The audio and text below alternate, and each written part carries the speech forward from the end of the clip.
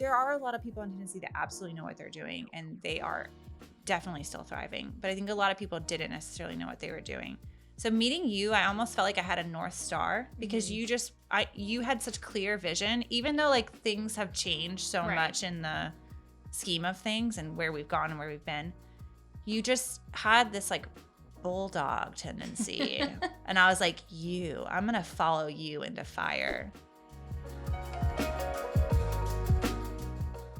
All right, so I've talked about her enough. Now I have her here with me. We've got Christy Tarleton, my partner in Canvas Supply Co., and the one behind all the beautiful things that you see out in the world with Canvas. I'm flattered. It's just so fun to work with you. I mean, it's hard sometimes, right? We have our hard days. No, but it's like a sister thing where you're like, oh, I fucking hate my sister some days. Like, but I love you so much. Right. It hurts. Yeah. So don't go anywhere. On the previous episode, I was talking to our listeners about how I got started in the cannabis industry and how I blame it all on my husband. And you have a very similar story, and I think it's why all the four of us really mesh so well, because like our upbringing and love and the plant is very similar. So let's dive in a little bit to how you met Will. Will's our other partner. Y'all will get to see these hot husbands that we keep talking about. We're going to bring them on. They're the daddy content. Or you can look them up on our website or our Instagram because they really are hot. So, yeah. How'd you meet Will? Well, sometimes I tell him, I'm sure I've told you this before, where I'm like, man, it's so great that you're like good looking because you could just drive me up a fucking wall and I just still look at you and I'm like, okay, you're really hot. Like, it's good. This is fine. It's worth it. Yeah. I love you, Will. Okay, the other thing that I find so wild, which we'll definitely get into because our relationship really correlated, was the fact that we had that same kind of experience in Northern California, which I don't think a lot of people get that experience. Prior to meeting Will, I actually didn't know he had been in that space for quite some time. And it wasn't necessarily unveiled to me until later when we were like really dating, because so he kind of hid it from you. He was in the cannabis industry. But I think that a lot of people do, and so when you meet people from that type of industry, there is a layer of maybe protection. There's a layer of discretion, and being really mindful about what you talk about and who you talk about, because people really want to keep their identity secret for a multitude of reasons, not just legality. But when I met him, we actually were both farming, like actual farming. I was in livestock, wildly enough, rustling cattle. And didn't you work like in the slaughterhouse? Okay, well, that's a whole other story. Okay. There was an amazing family that I met, the Cherries, that are here in Nashville, that basically raise like all the meat for all the restaurants, Bear Creek Farm. And I was this little depressed, like 20-something nugget coming from New York being like, I just want to beat myself into happiness and let me go just work. What's the hardest job I could think of possibly doing? Animals. And it was working on a cattle farm. And so I just went full force into it. Yeah. Worked for this family. They owned a slaughterhouse. I was like I was on this path because like I loved food. I loved farming. And I was like, I'm going to be a butcher. And I was like, I'm really comfortable with animals. I love meat. I love the craft of meat. Yeah. And so I went on this entire journey. I ended up actually getting an apprenticeship up at Stone Barns Center for Agriculture, which is run by the Rockefeller family. It's like a research farm that does a lot of regenerative ag, some biodynamics, et cetera. So I fell in love with Will because I was like, oh, you're this really attractive farmer. And we both worked at the same farm at some time, but he was like dating another girl. And I was like, oh, I'll never have a boyfriend that hot. And one day I went to a climbing gym and I had a little too much to drink. And I walked up to him thinking like he knew who I was because I had seen him forever. And I waltzed up to him and I was like, oh my God, it's so good to see you. And he looked at me and he's like, who are you? And I just... He played it cool. No, I went red and I was like, all right, cool. Like, I don't even remember what I said because I think I blacked out mentally when he said that to me. I also had a couple drinks with me, so it didn't help. Pint night. But he handed me his card. He had like a Tennessee grown card. Love it. And he handed me a card and he was like, you should come check out my farm sometime. And I was like, yes, I should. You should come check out my farm. You should come see my farm. Yes, it was his line. You can ride on my tractor. It took a long time to get on the tractor with him. It was probably broken. It was. It probably was. No, just kidding. We love you, Will. Okay, anyway. No, it probably was. But we started hanging out every single day. And at some point I was like, hey, by the way, I just got this apprenticeship in New York. Bye. And he was like, I'm moving to New York City. And he was like, what? And we had been hanging out solidly. I was like, in a couple of weeks, I'm actually leaving you. And he was like, can I take you up there? Because he also wanted to see the farm too. I think that was a really big monumental farm to work on. And from there, we kind of built our relationship long distance, which was perfect for us. Like, I'd been going through stuff. I experienced a lot of depression in New York City, which is how I ended up like falling in love a lot with cannabis and it being a part of my healing, as well as farming being a part of that journey too. Because I think farming for me is such a constructive part of my journey. And when he started to feel really comfortable with me and we started dating, I then got what was called in the family all access. Oh. And so the all access meant that I was able to go to California, go see there's a family farm. And when I went to Humboldt for the first time, I love nature. I love farming, and to see that community, to see the redwoods for the first time and to walk into what was the redwood curtain in the mountains was just like, I didn't know existence could that magical could happen. So breathtaking. Yeah. And then the people there have this just different type of energy. They're just like people who go against the grain. They know what's good. They're farming their food. They're doing cannabis. They're making medicine for people. They're doing cool stuff just for like the benefit of humanity almost. Right. Because they wanted to see not just, yes, there is the illegal part of it and you're like pushing things around, whatever, people are getting access to it. But like there are so many growers out there and that's what you experience. That's why I followed the farms that you were a part of, because they had such a good story to tell, talking about the generational farms that were out there too, because there's people from the 70s that lived out there and they grew just to make a living. Yeah. And then to meet his family that was out there, the community that was there, just you'll never meet people like that anywhere else. Very unique. Very unique. So then we go back and forth from here to California, and I actually fell in love with spending a lot of time out there. Spent some time as a trimmer, a really shitty trimmer at that. Oh no! What was your per day pound? I don't remember. Really? I don't remember because I think I blocked a lot of that out of my head because I was like, I'm not great. Yeah. I want to do stuff I'm good at. You know what's really messed up is actually the first year that I went trimming like pretty hardcore, and the most beautiful thing that happened was because our farm that we were on, it was like that last moment of like the actual authentic trim scene, where we had like a couple from Spain and a couple from Colombia and a couple from England, and we got super diverse. We made some amazing friends that year, and they were all traveling the world. Somehow converged on this farm. We're like climbing through buckeye trees with them and like rolling down hills and just like having so much fun. Yeah. Trim scenes are what they were called. Yes. And they were always, each one on each farm always had its unique biodiversity. Let's just call it that. Totally. Its own dynamic. Its own dynamics. Because I've been on some weird ones. Yeah. Same. And these are like, you are like packing in to go work. Oh, you can be in a tent. You could be in a pop-up tent. You could be in like one of those car garage things that they would do as a tent. Yeah, carport. Or like with a raised floor. Or you'd be in someone's house. Yeah. Or like I'd be in someone's garage. Or you'd be in a trailer. Like there's a multitude of But like you're going into the mountains.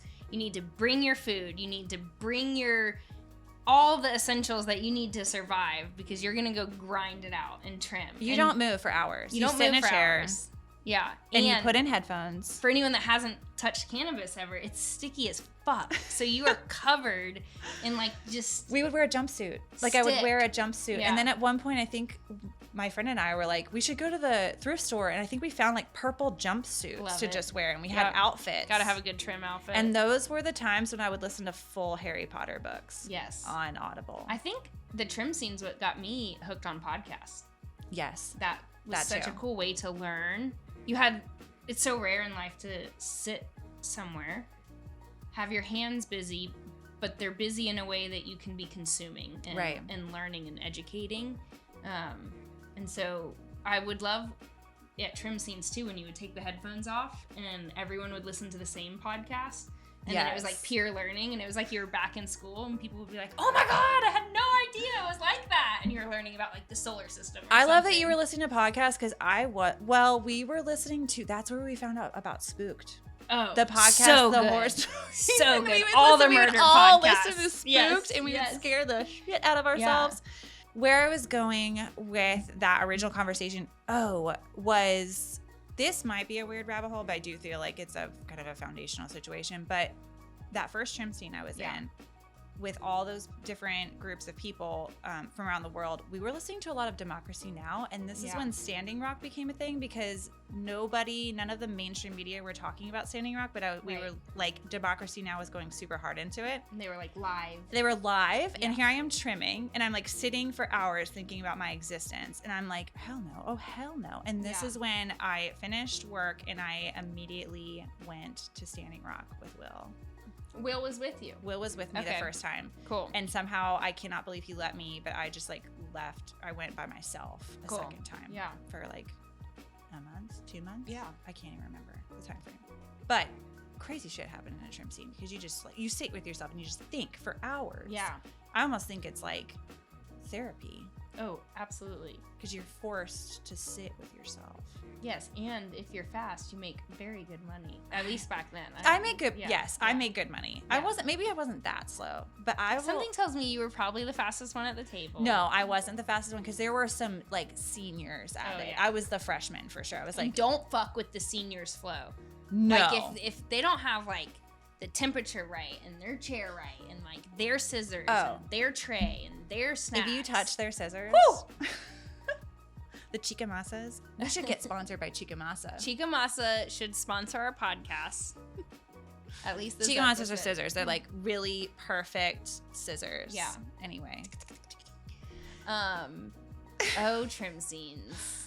Okay, what next? Oh, okay. So then how we met. And then how, Will. Oh, God. And then there was the farm. Okay, and then we got married before that. I can't remember. We got married before we went to Standing Rock. All right, so you met Will. He eventually gives you all access to the family farm in California, which is so special to get to go see. Now you are in New York, back in Nashville. I was back in Nashville. I was not living in New York anymore. He actually coaxed me to move in with him because he had bought me a flock of sheep, which was like, I felt like a dowry. Yes. But this is where I found you, because when we were going back and forth from the farm in California to Nashville, we were part of that legacy farm. We've been with a group of, like a family that had been growing for quite some time, whatever. We were talking about branding it and how to brand it to something authentic that it like should be and could be. And so that's where I found Humboldt's Finest, because I was just looking on the internet being like, all right, like I follow a lot of these farms because I absolutely love their story. And you still have this kind of like farm to table was my passion. Loved people who cook food, work with chefs, work in farming, etc. And it was that. It was having its moment, and it was blowing up, and it was such a great way to tell those farm stories. And so you knew me before? I did. You knew me? Well, we realized that. Remember the other day, and I was like, I'm going to make content about, like, still haven't done it. Sorry, guys. where we were, and then, like, how it's going, or how it started and how it's going. Because that story visually is, like, phenomenal to me. It's crazy. Because seeing where you've been and seeing where I've been to where we are now, it's, like, such a transition. I think we were at the same time on farms, like, on the same hill. Just had never crossed paths before. And we were also, I'm almost certain we were also at the same kind of like, not political groups, but they were like community groups that were all held at that sushi restaurant. Yep. And so trying to get together that cannabis community, because everyone was trying to work together to build it. And you guys were literally the pioneers of it with it felt like there was branding wise, there yeah. was, you guys, to me, from an outsider's point of view, coming from, I didn't know a lot of people in Humboldt. I only knew my little circle. Right. The couple behind Humboldt's Finest was really full throttle on it at that time. Yeah, amazing. They also have been big in setting up terroir for cannabis. That was one of the biggest and coolest conversations even when we went to the Emerald Cup, right. I think I met those folks. Yep. Trying to talk about terroir, and I was like, yeah, it's like grapes. Yes. Okay, so you and I had crossed paths in a way, virtually, if none the least. And then we actually got to cross paths in Nashville. Well, we crossed paths because you came to one of the TNHIA meetings. My husband and I were on the board of the TNHIA.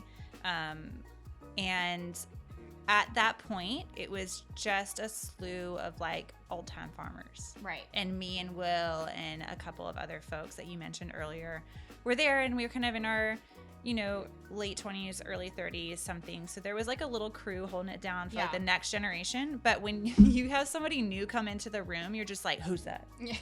Who is that? Because you're like, this is such a small community. You kind of know everybody. Yeah, and I wasn't exactly wearing like farming overalls, so you were stuck out. You were sitting next to a girl that was wearing an FFA jacket, and I was like, these two girls, and I was like, I got a little weird because there weren't a lot of people in the industry at that point, and I was like, I'm the CBD girl. I was coming too close and to your nest. I saw you, and I was like, who is that? And what is this farmer girl? And I was like, I made up a whole story about y'all. Oh wow! You came in, I thought she was gonna be the farmer, you were gonna be the city girl that just like put the products together, and I was like, who's this? But it was good because we immediately met, and then we immediately had that chemistry. And it's like, the other thing that was so hard for me is like, yes, I have my partners in UYO. They're amazing. You don't get to meet a lot of people that are in the same industry as far as the experience we had in California. Right. Because I don't actually have that with my partners in the other industry. They come from like other worlds of hemp, which is absolutely amazing and totally needed. But it was nice to have that kinship because your husband, my husband, we just like nerded out. It's just like a different, you've lived a different life. I think the first time we had dinner, we stayed up till like 3 a.m. talking about restructured water. Yes. And we went down the biggest rabbit hole. Well, because we smoked a lot of weed. Water. Oh yeah, and it was nice to be able to smoke weed with someone. Yeah, it was fun. I've got my girls who can smoke, but no, my girls can smoke like you can. Yeah, you can puff down a few blunts in one sitting. That's when the real conversation starts. That's when things really start to happen. Actually, that's how we made a business. That is how we made a business. Cannabis, Canvas is fueled by cannabis. All of my creativity is fueled by cannabis. That's the Which hardest is always conversation. so funny when you like learn about these cannabis companies that have like struck it big, and then the founder CEO is like, I've never used it though, and you're like, what? Okay, you didn't put in your hard time, right? It's okay. Everyone has their own journey. It just does seem interesting. But even then, I don't even feel like I've put in the legit hard time. Oh, yes, you have. There's a lot of elders out there. Yes, there are. There are a lot of elders that hats off to the legacy growers. To absolutely the legacy they growers. Are really who paved the way. They took all the risk. They're why we're here. Yeah. And we're trying to steward their hard work. For sure. And make something legit. And that was what was so amazing about meeting you, was that you just had this vision. It's really hard to find that vision. And I think a lot of people were really burnt out in the Tennessee hemp industry very fast because it grew exponentially. And there wasn't this mindset of longevity. Although people, I think, felt like there was a mindset for longevity, I think that because it blew up so fast, like certain pieces of the highway, you'd always mention, like, we're building a highway, but certain pieces of the road weren't necessarily connecting. So, like, the truck was falling off. Oh, yeah. Really fast. Yeah, into huge potholes. Anyway, meeting you, there was a fire in your soul, and you came with the right purpose. Because I think what happened is a lot of people didn't. There are a lot of people in Tennessee that absolutely know what they're doing, and they are definitely still thriving. But I think a lot of people didn't necessarily know what they were doing. So meeting you, I almost felt like I had a North Star, because you had such clear vision, even though like things have changed so much in the scheme of things and where we've gone and where we've been. You just had this like bulldog tendency. And I was like, I'm gonna follow you into fire. Oh wow. Because I'm not fire. I think people like that know me call it whiskey throttle.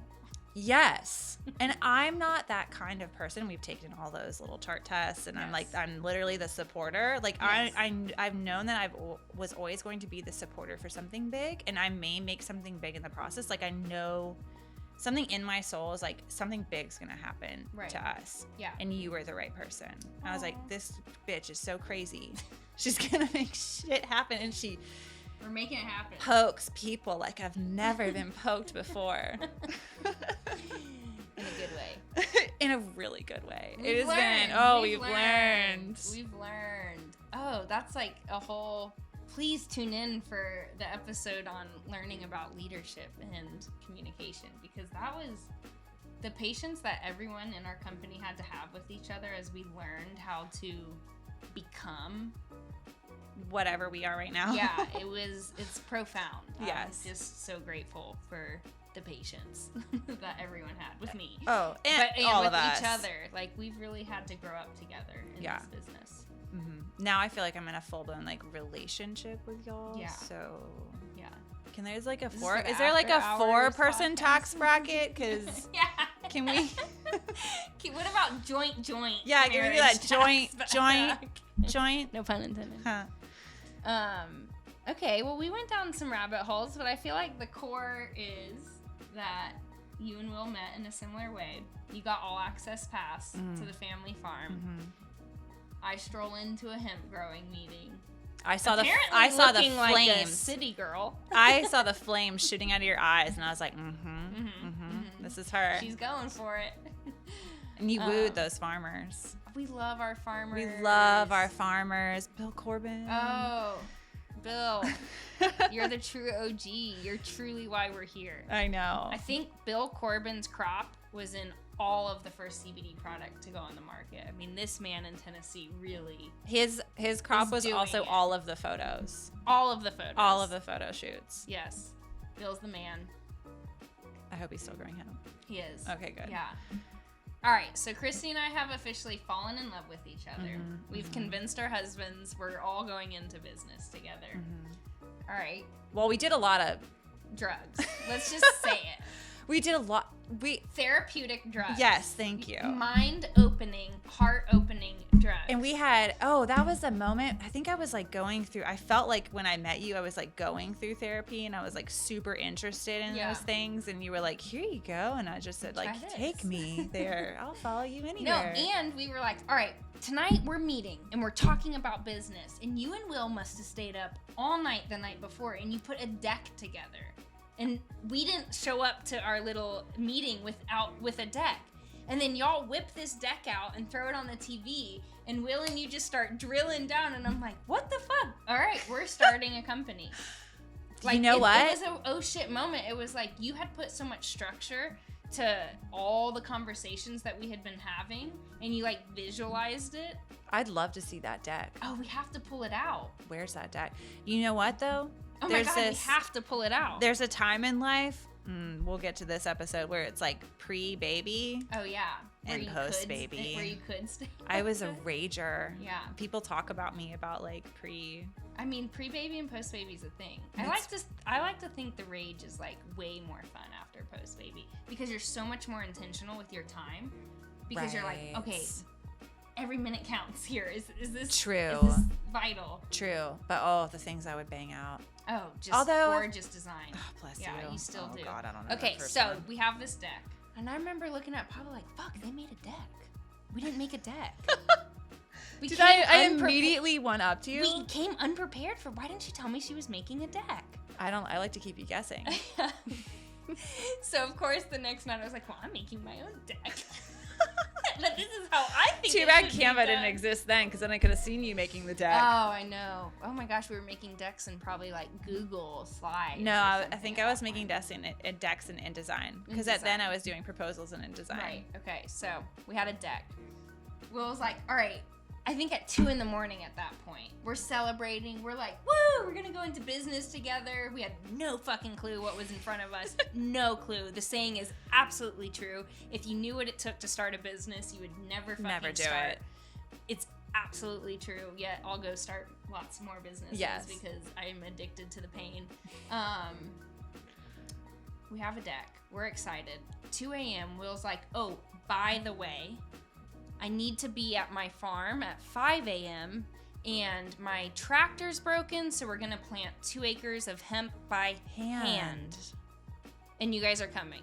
Because that field is one of the first certified organic hemp fields in Tennessee, and we're going to use the crop from it to make and do all these things that we just talked about. So we're all like, yeah! We don't need to sleep. We're just going to stay up until 5 a.m. and then in the middle of the hottest day of Tennessee, go plant. I think I became a bug that day. We stopped at Dollar General and got high-vis hats, and we were just like, we're going to have so much fun with this. So much fun. And we just hunkered down. I think I shaved a few years off my life that day from the heat exhaustion. It was bad. That was a wild day. Like, all right, Will, we've got 2 acres of fucking hemp planted by hand for this certified organic farm. How do we water in the plants? Because we thought, like, okay, at least maybe the water tractor or the water machine is working. No, buckets. 2 acres. Walking. But you know what? That actually, it was a great crop. But the thing was, it reminded me, like, when I was at Stone Barns and we had to go give the lambs water, I literally had to carry buckets all over that farm. Yeah. And that made me, it was such a great workout. Yeah. Girls, buckets. Buckets. Water buckets. Water buckets. 2 acres. The water bucket workout. And then the rest was what we are now. Yeah. Oh, it evolved. Canvas has been so many businesses within itself. Well, I think because at first we had such a heart for the farmer. We all came from agriculture. That's kind of where me and Will had come from originally. That's where you and Pablo had come from. Right. So we wanted to support the up and coming hemp industry, which we did. We made amazing connections with like genetics and all the inputs. Grow products and inputs. Yes, definitely. In order to see the hemp industry thrive. And as that world went on its own roller coaster of just like up and down, peak and crash, we had to evolve. And so since we were already an authority in growing hemp and knowing all these connections, we ultimately ended up into the CPG. Yeah, but consumer packaged goods. Yes. Which I think is where you and I really started to have fun. Like growing was fun. Growing was fun. Hard. It was fun. But I didn't. But it was more on the boys. It was like the boys were leading the show. It was, and I just still feel like even when we talk and I'm making marketing, like sometimes I feel like I have this like haze over me where I'm like, I don't really understand the agriculture. Like I understand like I can definitely do animals because like animal husbandry, whatever. I've been around animals my whole life. But like when it comes to the science of plants, there's just so much to learn, and it was a huge learning curve for me. Right. Like writing those hemp blogs of how to grow hemp. Yeah. It's a great way to learn. I think what's really funny too is a good reminder for anyone that's like, oh, plant science is so hard. It's the same as like our bodies usually. Totally. So it's been really cool. Highly confusing. Really confusing bodies still. Are super hard. But it's like the same. Like they need the right kind of nutrients. They need the water at the right time. They need the right things. But if you give them all the right things, they prosper, flourish, and produce fruit. And it's amazing. Oh my God. And then 2020 happened. The crash. Pre-pandemic. Are you talking about the hemp crash in 2019? Or was that 2020? Like, I feel like the big crash was the fall of 2019 rolling into like spring. You know what's really funny is I was hella pregnant that whole time. You got to kind of disappear for a little bit, and I held it down for us. It was hell. It was what is that fucking show where they're like defending the ice wall? Game of Thrones? Game of Thrones. It felt like we were on the ice wall. Everything is like coming at us. Totally, but and then the pandemic starts like creeping up, and you're like, I don't think I have enough swords for this fight. No. And this is the first time I've ever run a business. She's out. You're like birthing a baby. We're trying to super respect your space and not tell y'all what's going on and not bother you. And it's just like Pablo and I at the office like, oh my God, what? How are we doing? Well, we got deemed essential, and that was the biggest thing, was we were able to stay open. And I think because they deemed CBD and like agriculture essential. But even before pandemic, our industry's market crashed.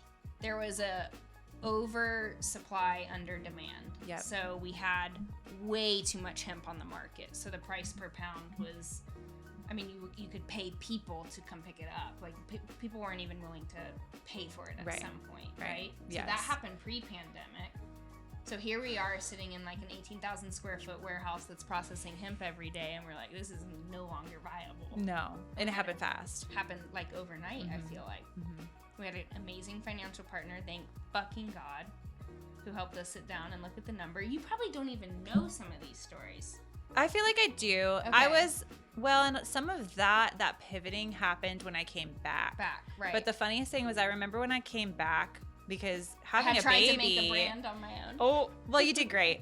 Having a baby in the pandemic was wild because you just kind of cut yourself off. Right. Because nobody could see each other. Right. And we would just get on. We just started using Slack, I think, or we were still using email at that point. Right. Like, we hadn't really efficiently figured out how to run our business up until post-pandemic. Right. And I came back and it was like a whole other, like, there were these people and I was like, who are all these people? Oh, we hired. And you had hired a bunch of people. They are the most amazing people who are still with us today, which is awesome. But it was wild because I was like, oh, this thing is running. Like, I was so afraid. It was no longer like me, you, Pablo, and Will on our couch. It was like an actual machine and people were running it with us. And it was amazing to see it being like, okay, this is real. If we can carry this through the pandemic, we're still here. It's 3 years later after that. Yeah. And so we started making shit. Yeah, that was fun. That's when it got really fun. Our favorite smokables. Yes, pre-rolls. 2 per 2. 1 for me, 1 for you. And that was our whole thing. Like, you don't have to share your joint in the pandemic. We had 2 pre-rolls per. You can have your own. Have a little smoke sesh with your friend. I think I made like an Instagram post that was like puff puff, maybe not pass. Yeah. That was it. We made our first million on pre-rolls. We did. Yeah. Oh my gosh. And we blitzed the market hard. We did. Yeah. And that's when all of, I feel like, our previous experience really started coming in. Like, I was like, oh, I know national distribution. You do this. Right. Christie, give me a brand. Let's pick out dope ass packaging. Everything out there at the time was feeling very like gas station-y. Yes. We picked glass over plastic. Which I still love. Sorry. And we did it. And I remember we took Pablo out of the garden, Will out of the garden. These men just really thrive in the garden. And we were like, you're now salesmen. And you need to call 200 people a day. Here's a list of stores. And you need to tell them about who we are and that we've got pre-rolls for them. And they're the best damn pre-rolls you've ever had in your entire life, which... They are, but now that we have THCA. Yeah. Oh, well, yes. CBD versus what we're allowed to do now. But, so these boys they did it. They got on the phone.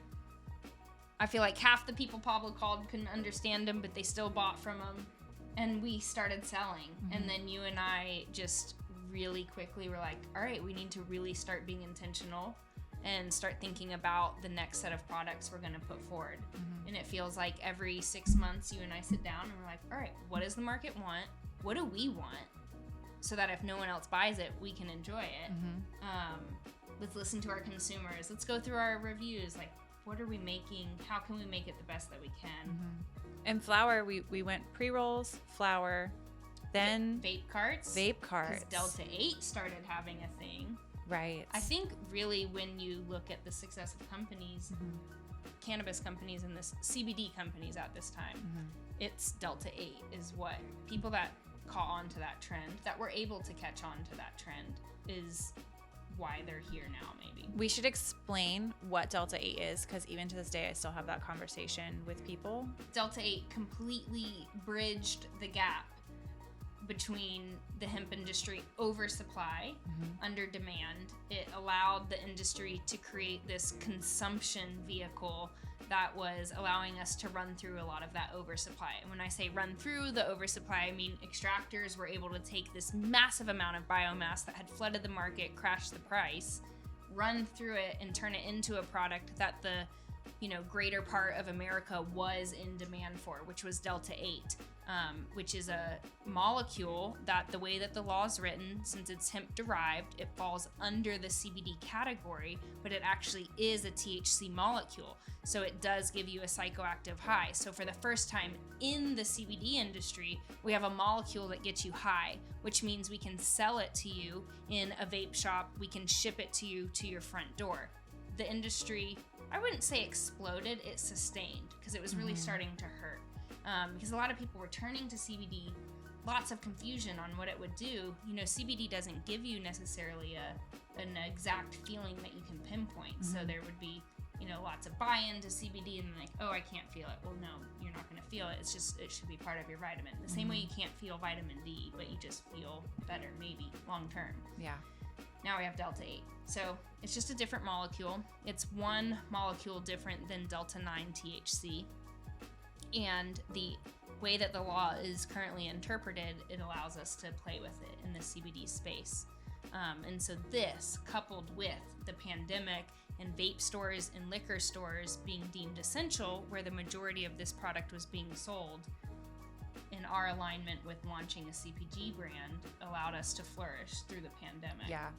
And we took it really intentionally. What's amazing is that we have this interpretation of the law that allows people to actually enjoy THC. Right. Although it is derived from hemp over what is deemed marijuana, even though they're the exact same plant. Right. We can basically get the plant to the people. Yep. And to anyone's door. It proved it. It proved it's what people want. It did. Yeah. Yes. And now not that anyone was questioning that was what people wanted. A lot of people questioned. Really was like, no, this is what people want. Yes, definitely. Yeah. And it's then led the segue for the conversation about Delta 9 as well, hemp-derived Delta 9, right, which is what our best-selling product is now. And it just dumbfounds me that we're able to provide people with it. Yes.